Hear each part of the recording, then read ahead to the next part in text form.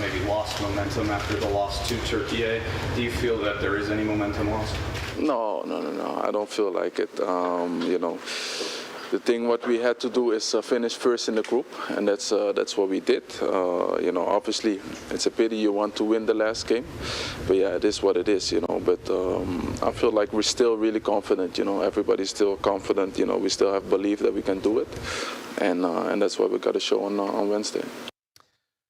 All right, welcome back. Ultimate Seattle Sports Show. U.S. getting ready for the knockout round. Ariel, give us a quick preview of their opponent. You've watched them play. Yeah, I saw Bosnia-Herzegovina play here at Lumen Field last week, and they looked great in their game, but I don't really know how good Qatar is, and I think the answer is they're not.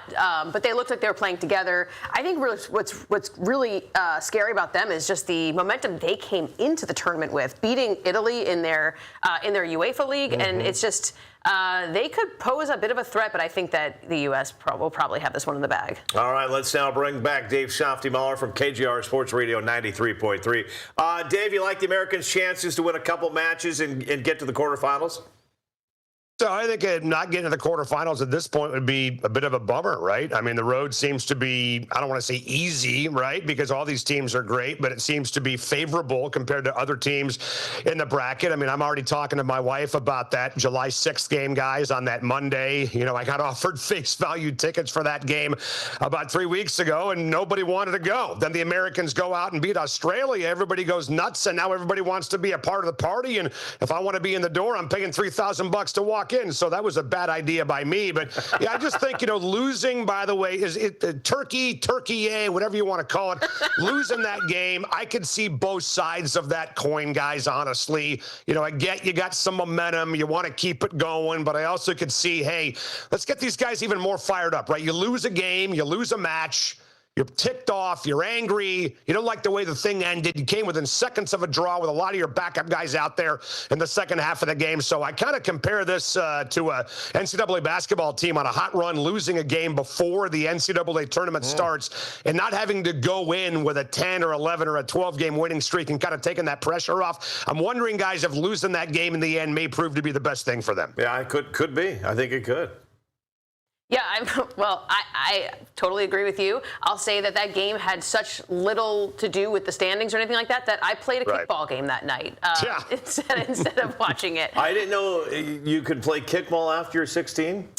You certainly can. I'm in a full-on league with some other media members, and we've never won the championship, but we've gotten close. Well, good luck. We definitely got to win that night. We got to win. The U.S. didn't. What does that say? Yeah, you got to get your offense going. Chris, what you don't know is that Ariel is actually 13 years old, man. So it's all good. I honestly, I don't think I played kickball since the 5th grade. But I'm the Doogie Howser of this place. Okay. I got the job when I was 12. We're going on 13 now. I'm doing great. Graduated college when she was 9. She's a prodigy, and that's why she's sitting there talking to you instead of Sylvie, man. But that was it's been fun so far, right? Wednesday night, obviously against Bosnia-Herzegovina, it's going to be a fun match, I think, for everyone to get home and watch at 5 o'clock. We're going to carry the game on KJR, so I get off early, to go home and watch the game with my wife. And then again, I have to make a call. How much money do I want to spend on tickets for this thing, guys, on Monday night, right? We spent, I'll be honest with you, lots of money on Super Bowl tickets to go to Santa Clara to watch the Hawks beat the Patriots. And if you would have told me, 5-6 years ago, I'd be spending about the same to go watch a soccer game, I would have said, you're freaking drunk, man. There's no way I'm doing something like that. But how much money would you spend? Honestly, if you guys did not have passes, how much would you drop out of your own pocket to be in the building on Monday, July 6th in that round of 16 game? You don't want to hear my answer. It's I am because I have been so spoiled in this job, I spend no more than $20 on it. So you wouldn't get in the door. You wouldn't get in. I'll go watch on the waterfront. There you go. I look back and I was there when the U.S. Men and women won gold medals in Italy over Canada. And looking back, if I had to pay for those, you know what? Those are memories you're going to have for your lifetime. Sure. I probably would have got up into the thousands. I don't think I'd spend $3,000 though for a ticket. Well, for a soccer look, I got to pay rent in the city. Exactly. If you can afford it, obviously, what else are you going to do with the money, right? I guess you could invest it, but that's boring, right? Whatever. You want to create some memories. And Chris, you mentioned all the Olympics, that you've been lucky enough to cover, through NBC and through King 5. I was in Vancouver with my dad when the U.S. women beat Japan in the Women's World Cup final, way back in the day. Went to South Africa for that USA-Ghana game. But I don't want to have regrets, right? I don't want to wake up on Tuesday morning after an epic win by the U.S. men's national team and be staring at like $3,000 or $4,000 and saying, geez, I should have spent this on the game. Now it's just sitting there. Maybe we'll go to Hawaii, honey, whatever. So curious to see what the market looks like for that one.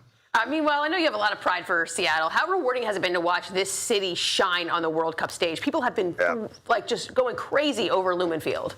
No, it's been awesome. And I love that you called it Lumen, by the way. Forget the whole Seattle Stadium nonsense. It's Lumen Field. None of us have a contract with FIFA. Nope. We can call it whatever the heck we want. So good for you for calling it Lumen, Ariel. But yeah, I mean, we had Rob Stone on the show the other day, who does the studio show for Fox, and he was glowing about Seattle. I mean, that scene for me, I don't know about you guys, but the seminal moment of the World Cup in Seattle for me so far has nothing to do with what has happened on the pitch. It was that crowd before the game against Australia, almost 2 weeks ago now on that Friday when he stood up and said, we haven't seen anything like this in American soccer. We're making history here. And talking to him on the radio show last week, guys, he had no idea what the heck was even going on down by the pier or on that barge and the, tens of thousands of people that were down there. So I think when you can impress a national broadcast crew like that, when you can get a national broadcast crew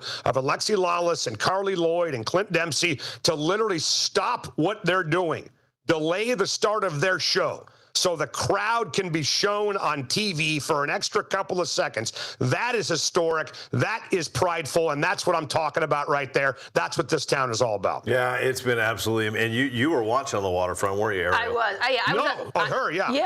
No, I was at the waterfront. It was amazing. It was probably the best energy I've felt before a game. And I went to the aquarium side and watched. So I was with my friends from the aquarium, meaning the seals, and watching the game across the way, and it was fantastic. It was such a good view. Yeah. You could hear everything, see everything, and just be part of all of that energy. When she's not kickballing, she's with the Seals. All right. That's right. That's because she's 13 years old. I told you. She plays kickball, and she goes to the aquarium. That's what kids do, Egan. Come on. I'm trying to bring a different demographic to this show, guys.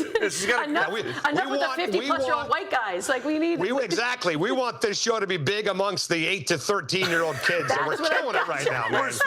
We're sponsored by Capri Sun. All right. Personally, I love all the European fans raving about the American food. Softy, if you didn't live here in the great United States of America and you were heading home to Europe after the World Cup, what food item would you bring back with you? A lot of Europeans are bringing back ranch dressing. God, from Seattle, man. I mean, ranch dressing, really? They don't have ranch dressing in Europe? Are you kidding me? Really? I mean, I don't know what I would bring back. I mean, generally, I got to be honest with you. I've been to Europe 4 or 5 times, and I think our food sucks compared to Europe. I think Europe's got way better food than we do. I mean, don't know if you guys have been to Italy. I know you have, Chris, probably for the Olympics back in the day, but the fruit, the vegetables, everything is so fresh out there compared to what we have here. When I was in South Africa, we had something called biltong. It's like the South African version of beef jerky. I have no idea what animal it is, by the way, but it was damn freaking good when I was out there. So I can't think of anything that I would want to bring back from here. You know what I'd bring back? Taco time. That's what I'd bring back. I'd bring back taco time. Crisp beef burrito. I can't live without him. How's that? I like the soft beef burrito myself. But there you go. I'm with you. All right, real quickly, Ariel, I mentioned Egypt, Iran. You were there for that match. Pretty eventful stuff, wasn't it? Incredibly so. First of all, the goals scored by each team were electric. The place was rocking. Had a bit of a controversial ending. Iran scored in stoppage time, thinking they won the game. Then VAR confirmed an offside call. Some agree, some don't. But watch this, though. A fan was trying to celebrate with the Iranian team, hopped over the wall onto the field and got tackled to the ground by security. He lost in 2 ways that night. Iran, though, their disastrous World Cup, as they described it, comes to an end.